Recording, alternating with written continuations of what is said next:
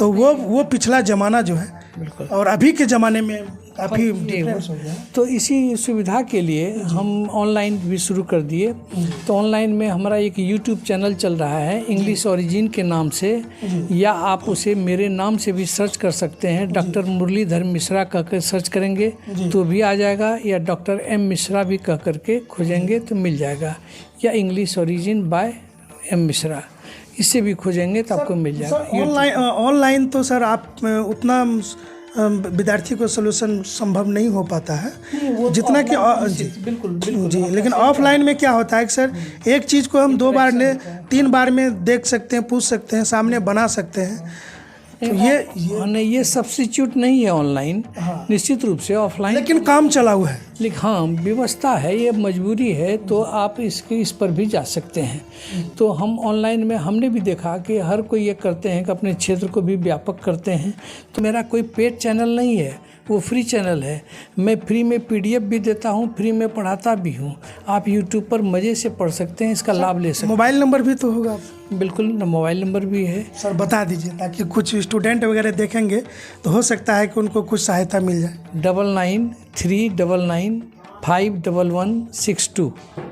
तो सर थोड़ा हम लोग खबरों का जो है कि लगभग आप जो इंग्लिश में पढ़ाते थे सर, शेक्सपियर का स्टोरी है, और स्टेज वाली बात जो पढ़ाते थे कि युवा जो है कि उनका जो है कि मनुष्य का जो है 4 स्टेज होता है।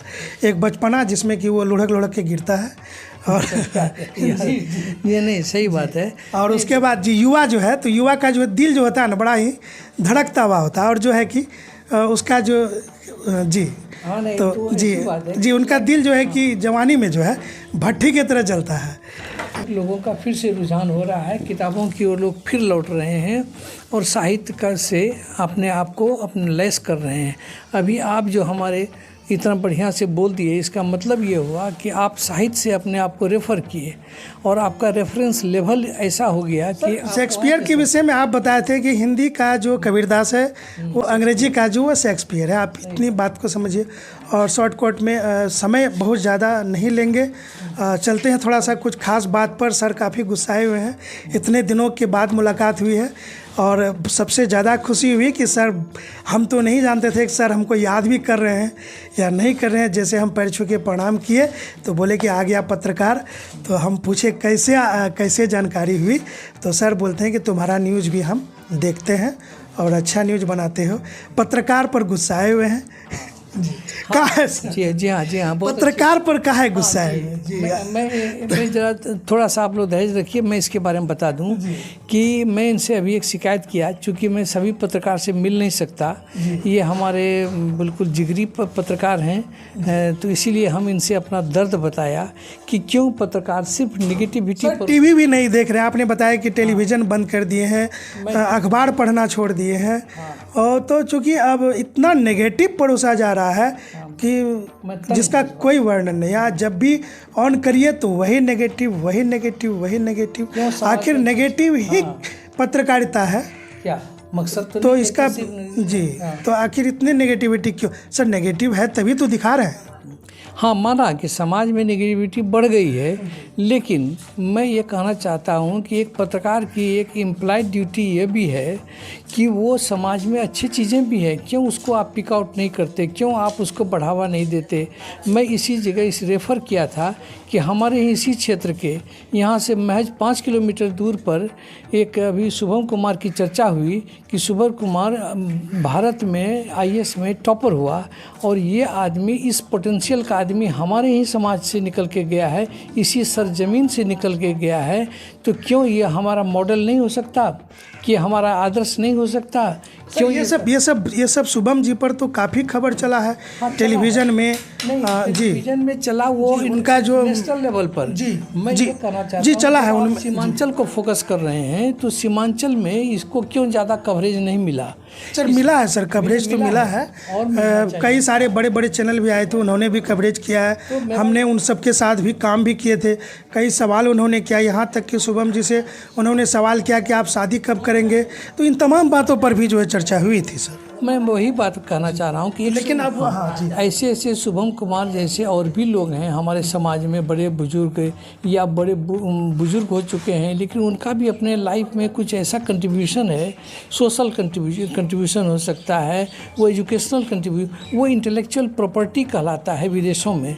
क्यों ऐसे लोगों की बात क्यों हम समाज में नहीं कर सकते, ताकि वो दूसरों के लिए प्रेरणा का स्रोत हो। मैंने अपनी किताब में जिक्र किया है, पहला डेडिकेशन लिखा है जो समर्पण में लिखा जाता है, उसमें हमने अपने पिताजी को रेफ़र किया है। उसमें लिखा है कि पिताजी बहुत ही धर्मनिष्ठ और कर्मनिष्ठ व्यक्ति थे जो आज हमारे प्रेरणा के स्रोत हैं।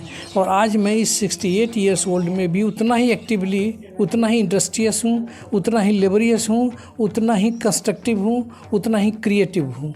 इसकी वजह मेरे पिताजी। सर बीच में ना पॉजिटिव न्यूज़ आता है और जी आना चाहिए जी, मेरा कहना है कि ज़्यादा आना चाहिए, इसको और ज़्यादा जगह मिलनी चाहिए। और सर जैसे कि अधिकांश जो पॉजिटिव न्यूज़ है वो भी आते हैं और जो नेगेटिव है वो ज़रा खुल करके आते हैं, ताकि जो है नेगेटिव न्यूज़ जो है दूर होना है। सही बात है, बुराइयों को भी दूर होना है। सही बात। तो सर आप टेलीविज़न क्यों देखना बंद कर दिए? टेलीविज़न में तो बहुत सारा चैनल, आप जो चैनल आपको अच्छा लगे। नहीं, उसमें आम तौर पर जितना भी खोलते हैं, न्यूज़ चैनल में भी जाते हैं तो ऐसा लगता है कि न्यूज़ तो हम ढेर सारे रिसोर्सेस हैं। अखबार भी पढ़ना सुनते हैं, बंद कर दिए। अखबार में भी ज़्यादातर रहता है कि यहाँ एक्सीडेंट हो गया, वहाँ वो हो गया, माना ये बात है, सच्चाई तो है ना सर, सच्चाई है, उसमें मैं वो नहीं कर रहा हूँ। इसके साथ साथ उसमें अच्छी चीज़ों का कंटेंट जो है अब इसका अभाव हो रहा है। हाँ, समाज के कुछ यूट्यूब चैनल वाले हैं जो कि अपने गरिमा को नहीं समझ पा रहे हैं, दूसरे के इज्जत को तार तार करने पर जुड़े हुए हैं। तो वैसे सब जो न्यूज़ रिपोर्टर बन गए हैं आज के ज़माने में, तो उनको आप अगर कोई संदेश देना चाहें तो आप दे सकते हैं। जी, मैं इस चैनल के माध्यम से तमाम पत्रकारों से एक हम्बल रिक्वेस्ट करता हूँ, विनम्र निवेदन करता हूँ कि वो नेगेटिविटी का एक बैलेंस बनावें कि अगर 50% वो देते हैं तो 50% आप पॉजिटिव भी दें। अदरवाइज़ आपको अगर लगे कि समाज में अगर 75% ज़्यादा नेगेटिविटी है, वो भी मैं आपकी बात से सहमत हो जाता हूँ, लेकिन हम पॉजिटिविटी का पल्ला नहीं छोड़ सकते, इसका दामन नहीं छोड़ सकते, क्योंकि वो पॉजिटिविटी है जो समाज को सही दिशा का, आखिर माना कि वो बुराई है तो फिर अच्छाई क्या है, ये सवाल उठता है। निराशा है तो फिर आशा क्या है, तो ऑप्टिमिस्टिक भी होना चाहिए। अभी टाइम में देखिए सर, अभी टाइम में बहुत सारी बातें उभर कर आ रही है, खास करके सोशल मीडिया पर तो कचरे का अंबार का भंडार जो है सुबह सुबह से ही शुरू हो जाता है। तो लेकिन उसी में कुछ अच्छाई भी है। तो कुछ लोग अच्छाई की तरफ ध्यान दे रहे हैं और कुछ लोग